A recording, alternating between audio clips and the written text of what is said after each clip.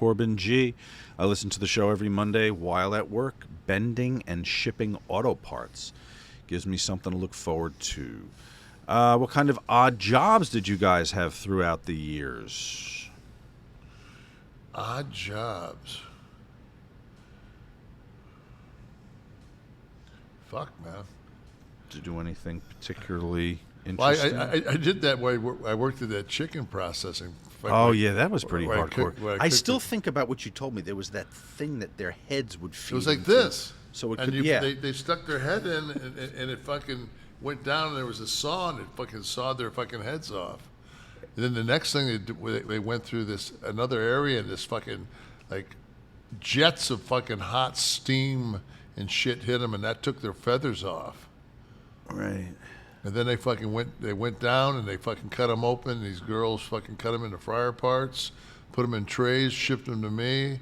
I fucking took them into this big fucking this big heater, cooker gimmick, and set them in there and cooked them for 45 minutes, sat down, twiddled my thumbs, opened it up, waited about 3-4 minutes for it to get below 160 degrees in there, and then pulled them out. And How was the aroma of this place?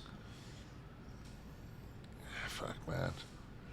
I think they were paying me like $12-14 an hour back in 78 to do this shit.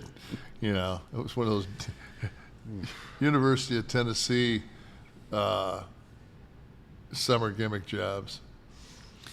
I was an undercover security officer in supermarkets. So I'd walk around with my badge under the thing, my shirt over my cuffs, looking for shoplifters. Hide in the beer freezer and just walk down the line, and you could see down all the aisles because they were rear loading freezers. It was a mob owned chain of I hate to say that. Let's not say that. That's terrible. I should say some folks that got into some trouble owned the chain.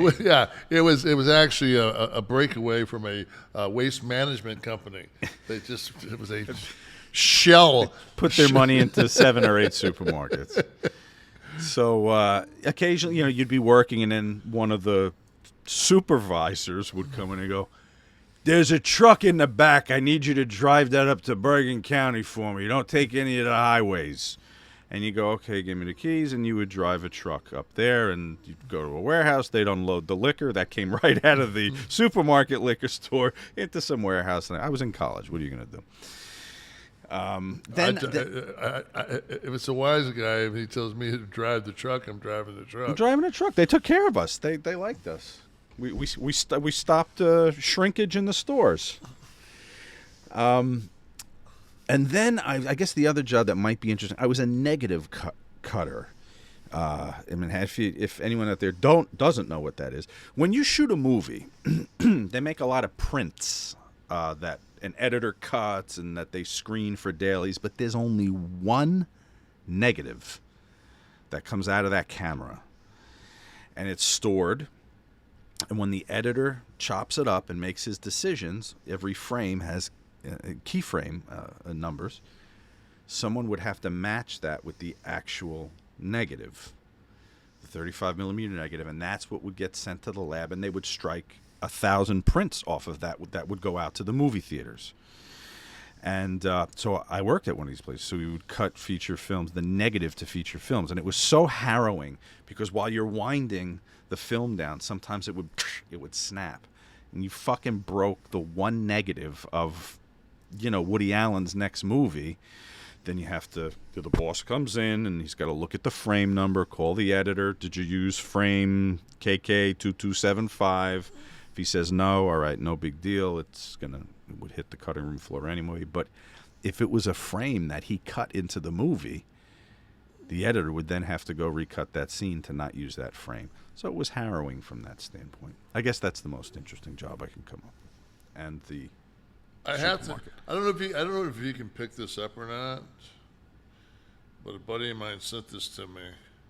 Can you guys see this picture very well? I was going to bring this up.